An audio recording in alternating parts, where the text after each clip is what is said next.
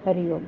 आज रविवार 22 सप्टेंबर 2024.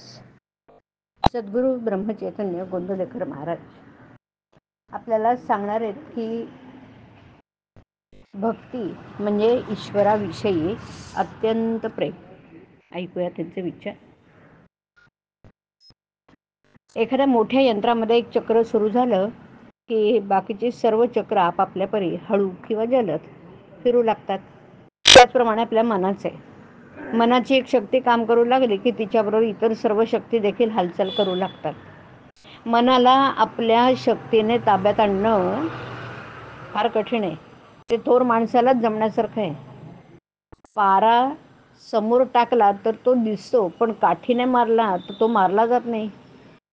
अगदी त्याचप्रमाणे मन आहे हे समजतं, पण ते आवरता येत नाही. म्हणूनच भगवंताला शरण जावं. आरशावर घाण पडली म्हणून साफ करण्याचा प्रसंग आला. अंतःकरणाची घाण पुसण्याचं काम साधनांनी होतं. मिरच्या, मीठ, मिरं इत्यादी पदार्थ एकत्र करून जसा सुंदर मसाला तयार करतात, त्याप्रमाणे भगवंताच्या प्राप्तीसाठी 3 गोष्टींचा मसाला पाहिजे. 1. शुद्ध आचरण, 2. शुद्ध अंतःकरण आणि 3. भगवंताचं नामस्मरण. शुद्ध आचरण म्हणजे प्रामाणिकपणा, धार्मिक आचार नीतीचं वर्तन. शुद्ध अंतःकरण म्हणजे अभिमान नसणं, द्वेष मत्सर नसणं आणि सर्वजण सुखी असावेत अशी भगवंताची प्रार्थना करणं. भगवंताचं नामस्मरण म्हणजे भगवंताचा केव्हाही विसर न पडणं. नवऱ्याला देव आवडत नाही म्हणून बायकोनं नामस्मरण सोडायचं कारण नाही. त्याने नाम घेतलं तर पत्नी धर्म सोडला असं नाही होत. मनात येणारे भलते सलते विचार हे नामाच्या प्रेमाला आडकाठी करतात. त्यांचा बंदोबस्त करण्याचा उपाय म्हणजे या विचारांना थाराच देऊ नये म्हणजे झालं. एक मोठा पोलीस अंमलदार चोर पकडण्यात हुशार होता.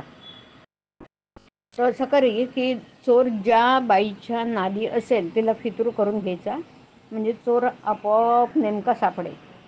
त्याचप्रमाणे आपलं मन जिथे गुंतलंय तिथे भगवंताला ठेवा की मन आपल्या ताब्यात आलंच म्हणून समजा. मनाचे संयमन करायला 2 उपाय आहेत. एक म्हणजे पातंजल योग आणि दुसरं म्हणजे भगवंताची भक्ती. पातंजल योग म्हणजे युक्ताहार विहार, नियमित राहणं आणि इंद्रियांचा निरोध करणं. भगवंताची भक्ती म्हणजे ईश्वराविषयी अत्यंत प्रेम. या प्रेमाची साधनं कोणती तर भगवंताचे नामस्मरण, त्याचे कथा कीर्तन, माधू समागम आणि त्यातल्या त्यात सद्गुरूची कृपा हे हो. आता भगवंताच्या स्मरणाशिवाय जे कर्म होतात ते वाईट कर्मे. कोणताही खाण्याचा किंवा पिण्याचा पदार्थ भगवंताचे नाम घेतल्याशिवाय खायचा नाही असा नेम ठेवला तर नाम आपोआप येतं. कोणत्याही परिस्थितीत आपण नामस्मरणापासून घडूच नाही. जो नामात प्रपंच करील त्याचा अभिमान नष्ट होऊन त्याला सुखासमाधानाचा लाभ झाल्यावाचून राहणार नाही. अनावर मनाला नामाचं ओंडकं बांधावं म्हणजे भगवंताचं प्रेम येतं. हरिओम. हरिओम. हरिओम.